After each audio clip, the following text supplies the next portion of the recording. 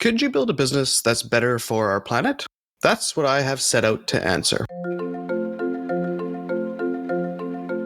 Hi, I'm Marco Pimentel, marketing expert and entrepreneur, and host of the podcast Someone Like You. I become fascinated in finding creative climate solutions in business, and on the podcast, I break down how founders and CEOs are building climate-friendly business solutions that are opportunities for growth while being better for the planet.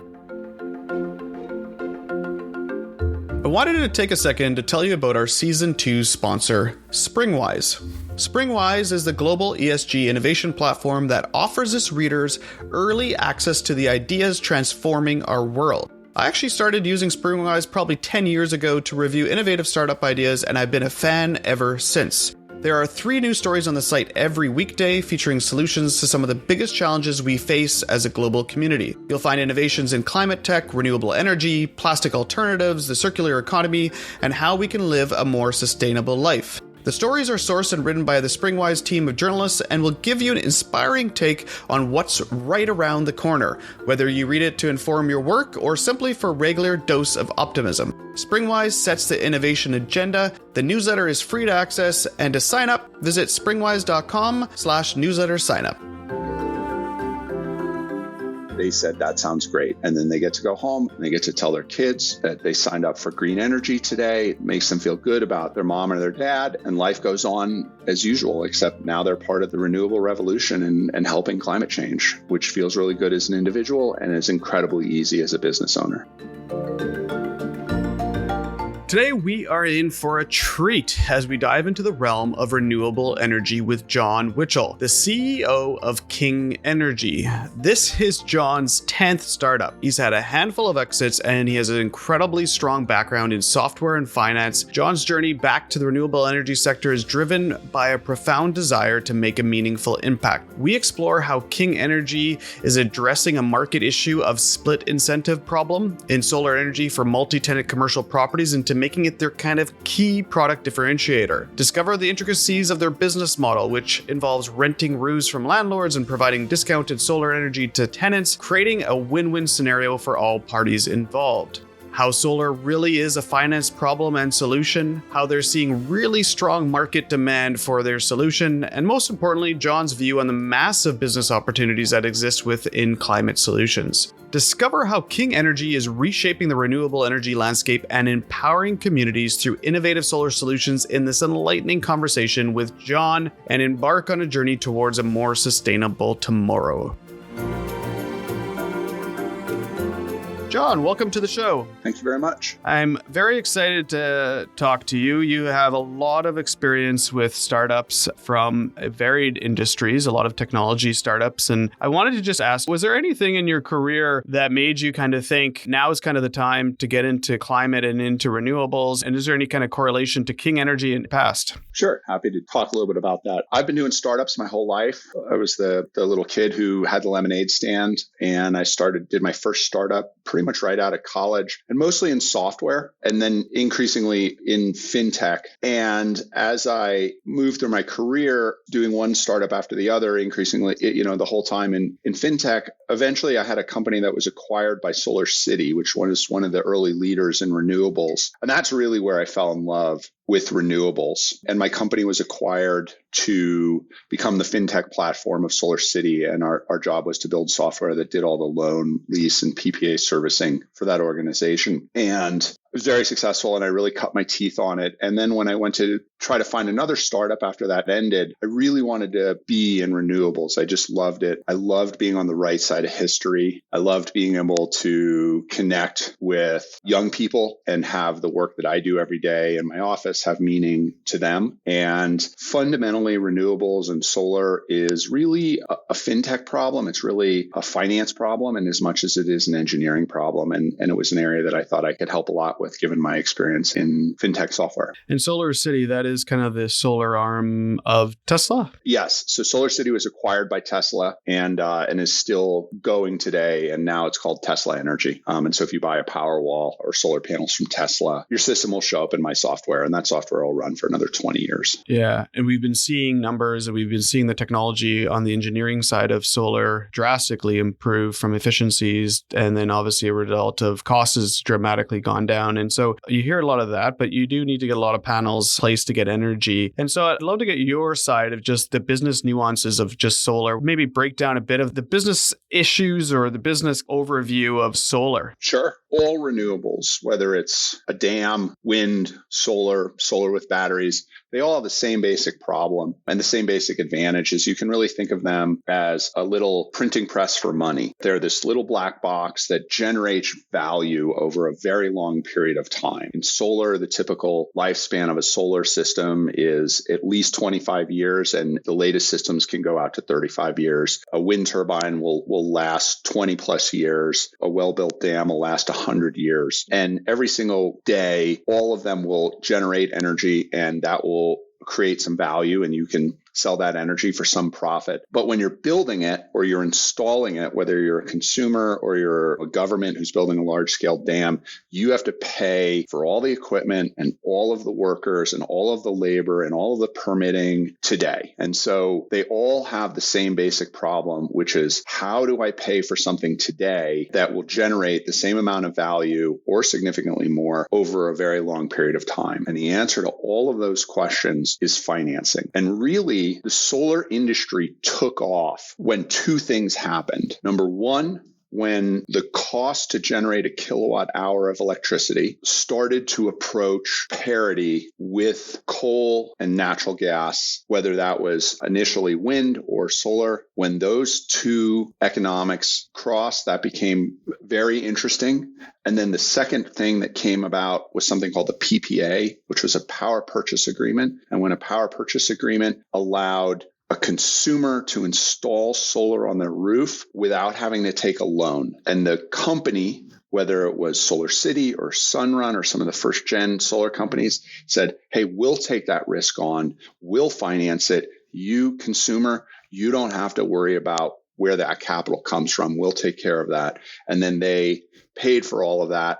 And then you just got some reduced cost of energy that was also green. When those two things happened, price parity plus power purchase agreements, you got an explosion in solar. And that makes a lot of sense too, because like you said, governments, they're going to be funding a lot of the big dams. So they're taking that funding and financing risk, and then they sell that to consumers. And so companies were able to do that, to provide that on the consumer side. You had a bit of a different thought, and you thought of going after a little bit of a chicken and egg problem. And that's kind of what's led to King Energy. Can you explain a bit about what you kind of saw as a gap in the financing model and where you kind of attacked? Sure. So in residential solar, the person who lives in the house and is the same person that consumes the energy. So that's pretty straightforward, right? A person installs solar on the roof of their house. They expect to live in the house for a very long period of time. Kind of the whole thing just sort of holds together. King Energy focuses on multi-tenant commercial properties, shopping malls, medical plazas, office parks, where tenants rent their space. They may rent their space for a very long time, but they don't own the building. And so that creates what's called the split incentive problem, where the tenants who work every single day in an office park or a shopping plaza, they don't want to invest in a building that they don't own. And in most cases, those tenants are on triple net leases, meaning they pay for the energy. The landlord doesn't pay the energy. And so because the landlord doesn't pay for the energy, they have no incentive to lower the cost of energy for their tenants. So neither party has any incentive to install solar. So nobody does. King Energy was created to solve that problem. And that problem gets solved with software. Yeah. So I see this example here. I'm in our office building. Luckily for us, it's a newer building and it doesn't have solar, but it is quite energy efficient. But let's just say our previous building as a tenant on a 3-year lease,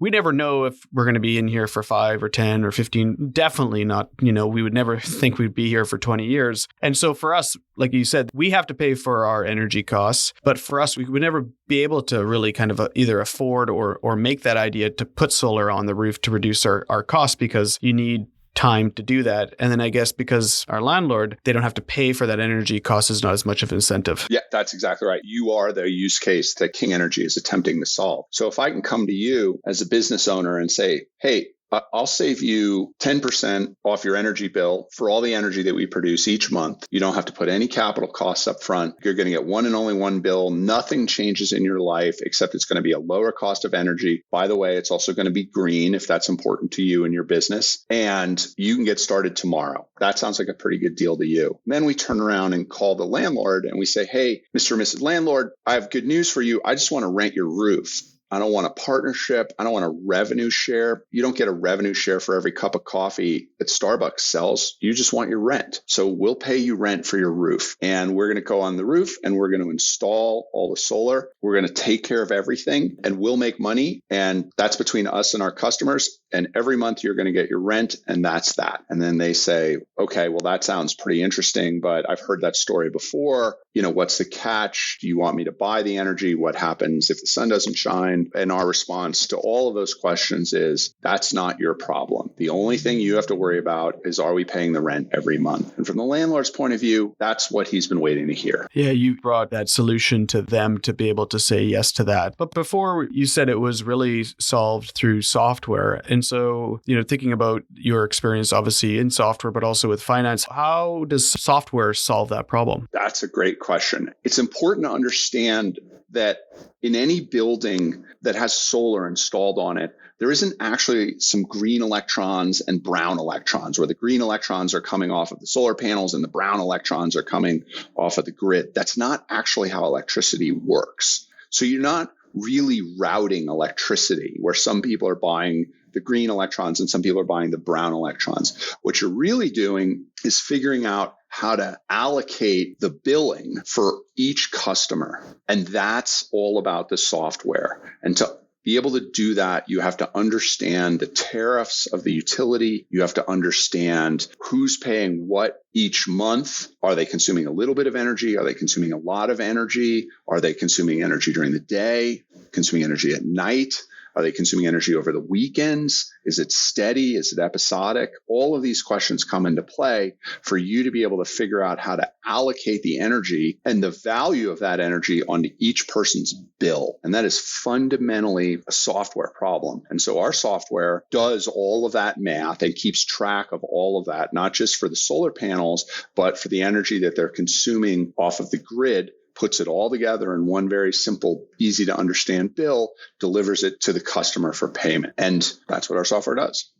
Yeah. And I guess that's obviously a core problem because it's multi-tenant. And so with solar being on the roof, do you ever have a scenario where you rent a roof, you put solar on there, and there's, let's say, 8 tenants? Do you ever have a scenario where 7 tenants say yes, but one says no? Does that ever happen? Yeah. And not only does sometimes a tenant say no, very rarely do they say no. It's kind of a no-brainer from their point of view. They just get a lower cost of energy. But what does happen is the coffee shop closes up and the unit is vacant for 6 months. During that time, our software takes the energy that we would have allocated to that unit and adds a little bit of extra energy to all the other units. And then when that space gets remodeled and the coffee shop becomes a bakery, we contact the new renters, and then the new renters say, yeah, we'd love to save some energy costs. And then we reprovision everybody's allocations, and the bakery starts getting a portion of the savings from the solar panels. And again, that's actually,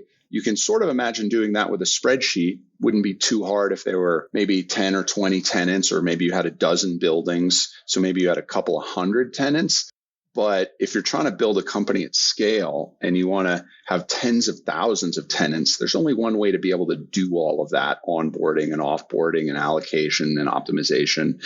And that's what enterprise grade software. Yeah, and you mentioned that they get one bill, which means that you're running solar on the roof, but there might still be another backup power that's coming into the building. And you mentioned that that also gets feed into your software for cost and allocation. Is that correct, or is that completely separate? Exactly right. The solar systems that we build, even with batteries, aren't big enough to cover the energy needs of the entire building. There's just not enough roof space to do that. So the tenants will always draw some of their energy from the utility, from the grid. But here's the problem. Nobody wants two bills. So, if you're running a coffee shop and you're a small business, the last thing you want to do is all of a sudden go from having one bill from the local utility to having a bill from the local utility and from King Energy. So we put both bills onto one bill so that nothing changes. The only thing that changes is that you're paying less for your total energy costs. And because of the way we built the invoice, you can basically compare this month's bill to last year's bill at this time, hold the two up side by side. You'll see the savings very clearly, and you'll know that you're being treated fairly, which is frankly all anybody really wants. And the utilities are always changing their rates and they're always moving stuff around. And so when all of a sudden you go from this very, very complicated bill to this very simple bill that's objectively lower, it's a win. And you'll take that all day long. Every week on Someone Like You, we dive into stimulating conversations with founders, entrepreneurs, business owners, and the likes who are consciously and successfully creating sustainable business solutions for the long haul. Tune in every week for a new inspiring conversation on leading climate solutions. And if you're enjoying the podcast, please share it. And also, don't forget, subscribe on the platform of your choice and give us a rating and review. Yeah, so you have this idea, you have opportunity with the tenants, opportunity with the lanyard, you want to rent the roof, but to build all this integrated software, obviously that takes time, it takes money, it takes energy to do that. How did you start? Did you have a few roofs that you just said, you know what, I want to tackle this, let's do two things, let's sign 5 leases on a roof and then we'll start building the software after and then we'll sell that to the tenants? Like, how did you get started? Good question. For me, the way that me and my team got started is we understood the problem really well. And from our experience in prior companies, we understood the market, we understood the domain space, we understood the problem space, we understood the customers. We knew the problem that we wanted to solve. And we had decades of experience writing financial software. So not only did we know the problem space, we knew how to write this kind of software to begin with. So we went ahead and started writing the software long before we had our first customer. So by the time we approached our first customers and signed them up, the software was operational. We had it running in a simulator. We had all the unit tests written. We had everything that you would expect to see in enterprise grade software. That was all completely tricked out by the time we had our first customer. We signed our first building, which was ironically named Acorn, and we kept signing building after building after building after that. And so when the first and second and third and fourth buildings went live and the tenants went live, everybody looked. It was a great experience from day one. It was very easy for them to refer their friends and colleagues, and we started getting more and more business, and that's just steamrolled since then. And in terms of the market and your team and where you're kind of scaling, and going to guess that you work with external companies to do the actual solar install, correct me if I'm wrong, but how has the response been from the market, and maybe has it been different at all between tenant and kind of landlord? Yeah, so you're correct. Because we're really focused on the finance and the software side of things, we outsource all of the construction to partners. That also allows us to expand nationally very quickly and over a large geographic area, because we're not having to roll trucks, hundreds of miles down the freeway just to do a single install. We'll call the local installers and have them do the physical build, and then we take over from there. The reception has been terrific. And part of the reason that the reception has been so strong is because the first generation of solar developers in the 2005, 6, 7, 8 years really would approach the landlord and say, hey, I want to rent the roof. But when the rubber hit the road, they also required the landlord to guarantee the revenues. And because there was so much uncertainty, that first generation of developers was really trying to make multi-tenant commercial properties look like residential properties. And then they could take the contract back to the bank and they would say, hey, the guy who's really buying this energy is the landlord. And that's what they wanted to do. And that's not what landlords want to do. What landlords want to do is sell space. They don't want to be in the energy business. And so when we finally came along and said, hey, no guarantees, you're not backstopping anything, there's no complexity to what we're doing, they said, that's the answer we've been waiting for. And it's been growing like gangbusters ever since. And on the tenant side of things, the response was exactly the same. In the early days of residential solar, you came in, you approached the homeowner, they had a 20-year power purchase agreement. They were committing to buy all of the power over 20 years. You pulled credit on the homeowner, you looked at the house, you say, these are going to be able to make this payment. And that's how the entire residential industry was built. Residential solar industry was built. When they tried to move that over to the commercial side of things, just like you were talking about earlier, the tenant said, hey, I may only be in this building for 5 years. I can't sign a 20-year lease. Or PPA. I can't sign a 20-year PPA. I can sign a term of lease PPA. I'll agree to buy your energy until I vacate the building, but I don't want you to call me if I move to another building and say I have to keep paying you energy. That's crazy. That makes no sense. And so we solved that problem too. And we said, hey, we understand that you may only be here for a few years. We'll figure that out. What we're focused on is whether or not you can pay the rent for 20 years. What we're focused on is the vacancy rate of the building, which says that, well, you may vacate, but this is a well-run building by competent, capable property owners, and they're going to fill this space within a couple of months of you vacating. Maybe they'll do some light remodeling, but this space is going to have a new tenant. And as long as we know that the new tenant's going to buy the energy, everything's going to be good. And that solves the problem from the tenant side. And then the tenant says, whether you're a coffee shop or you're a law firm or you're a dentist or a doctor's office, you don't really care about energy, right? You care about coffee or taking care of your patients. And so when you come to you and we say, hey, we'll give you everything you want. You don't have to sign a long-term lease. You're guaranteed to save money. There's no math here. There's nothing for you to think about. You don't even have to make 2 checks. You just have to mail the check to a different PO box. They said, that sounds great. And then they get to go home and they get to tell their kids that they signed up for green energy today. It makes them feel good about their mom or their dad, and life goes on as usual, except now they're part of the renewable revolution and helping climate change, which feels really good as an individual and is incredibly easy as a business owner. Yeah, we had a founder that had a community solar business. And the idea being is that where you build kind of a bit of a community solar farm, and they had some technology to allocate the billing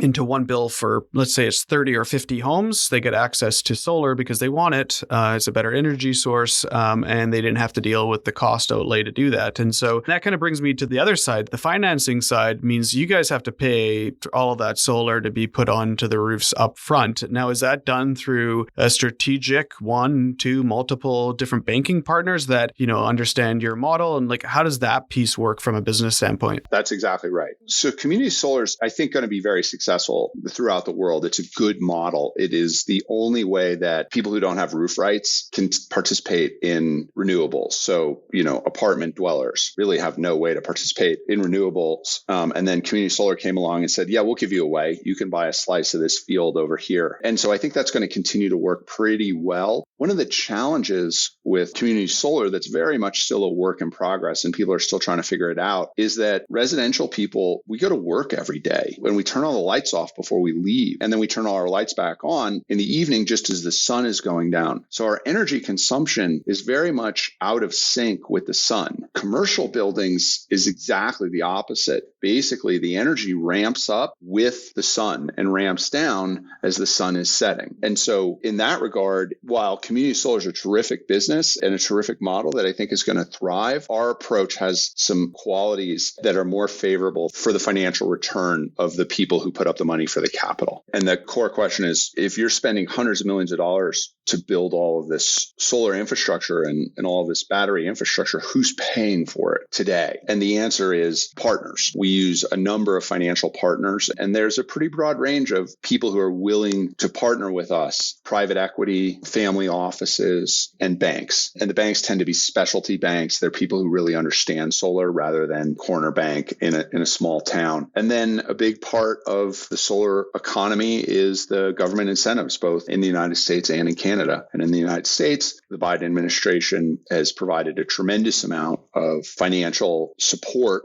for renewables, and we take advantage of all of those programs to the fullest extent possible. We talked a little bit about the market demand, but if you think about kind of the next 3 to 5 years and what you have in front of you, what does that look like? And how do you kind of continue to scale and obviously drive tremendous amount of impact because you are able to put so much solar onto all these roofs? So what do you think about the next kind of 3 to 5 years? 120 years ago, if you wanted to stay up late and read a book, you basically lit a candle. It took 100 years to transform the globe so that if you want to stay up late and read a book, you turned a light switch on. We are going through a once-in-a-lifetime transition where all of the energy that was generated for the previous 100 years essentially came from lighting a candle, except in a national grid, that candle was setting coal on fire in a power plant or setting natural gas on fire, transmitting the energy and turning the light bulb on, the incandescent light bulb on in your bedroom. Today, we're replacing all of that with a different kind of energy generation where energy is generated from the sun and from the wind in a renewable format. 100% of the globe's energy will move from some form of combustion to some form of non-combustion over the next 25, 30 years. You can pick your duration, but it's inevitable that we move to this model for all sorts of reasons. It is tough to overstate. In fact, it is impossible to overstate the enormity of the market, the amount of work that it takes to generate all that energy, and the amount of time and dollars and labor and engineering efforts it takes to replace the globe's infrastructure from one form of energy generation to another. So your question is, what's happening in the next 5 years? We're just going to keep doing what we're doing in exactly the same way we're doing it as fast as we can, because there's so much headroom in the market that nothing is going to stop us. All right. This is your 10th startup. You've founded and sold. You've been on boards of lots of different companies. But being in renewables, there's a huge benefit to just our planet and climate. We understand that. But why is a good place to invest in renewables and in solar specifically? Let me give you a little context. My first startup was part of the dot-com boom. And I remember thinking that this was the greatest change that was ever going to happen to the planet in my lifetime. We were going to go from couriers running blueprint documents back and forth in New York City to finally be able to upload and share and have video and communicate globally with anybody on the planet. And I couldn't have imagined a bigger thing in the world. And that was 1994. Now, renewables makes the internet look like a warm-up act. And the reason it makes it look like a warm-up act is because energy touches everything. It is impossible to avoid energy. And when you drive down the street today, you see electric cars. That was not true 10 years ago. You drive past houses that have splits where both heat and cooling is being generated by electricity. That was not a common observation 10 years ago. You drive around, you see lighting, you see movement, power, and with the advent of AI, every single one of those things requires power. And the cost of energy is going up and up and up because the feedstocks are becoming more and more expensive. And the infrastructure that was built for a centralized grid needs to be upgraded. Everything that I see when I look in renewables tells me that this is the biggest tectonic shift globally that has ever happened in human history. And I absolutely love being a part of it. And I can't wait to get to work each morning. John, thank you so much for joining us. Where can people learn a little bit more about King Energy? You can go to our website at www.kingenergy.com. Thanks again for joining us. We're excited to kind of watch and follow your and your team's success, and just love the kind of the model that you guys have been able to crack. And obviously, you've invested a ton of money ahead of where you were going to go to the market, and so it's really amazing to hear your story. Thanks again. Terrific. Thank you so much. Thanks so much for tuning into the episode of Someone Like You. We hope you found our discussions today really insightful. Next week, we'll dive into another entrepreneur founder building a business in climate, so stay tuned. If you enjoyed the show, please rate and review us on your favorite podcast platform. It really, really helps us out. Follow us on LinkedIn, where we also post really great videos from this episode. Thanks again for listening, and we will catch you on the next episode.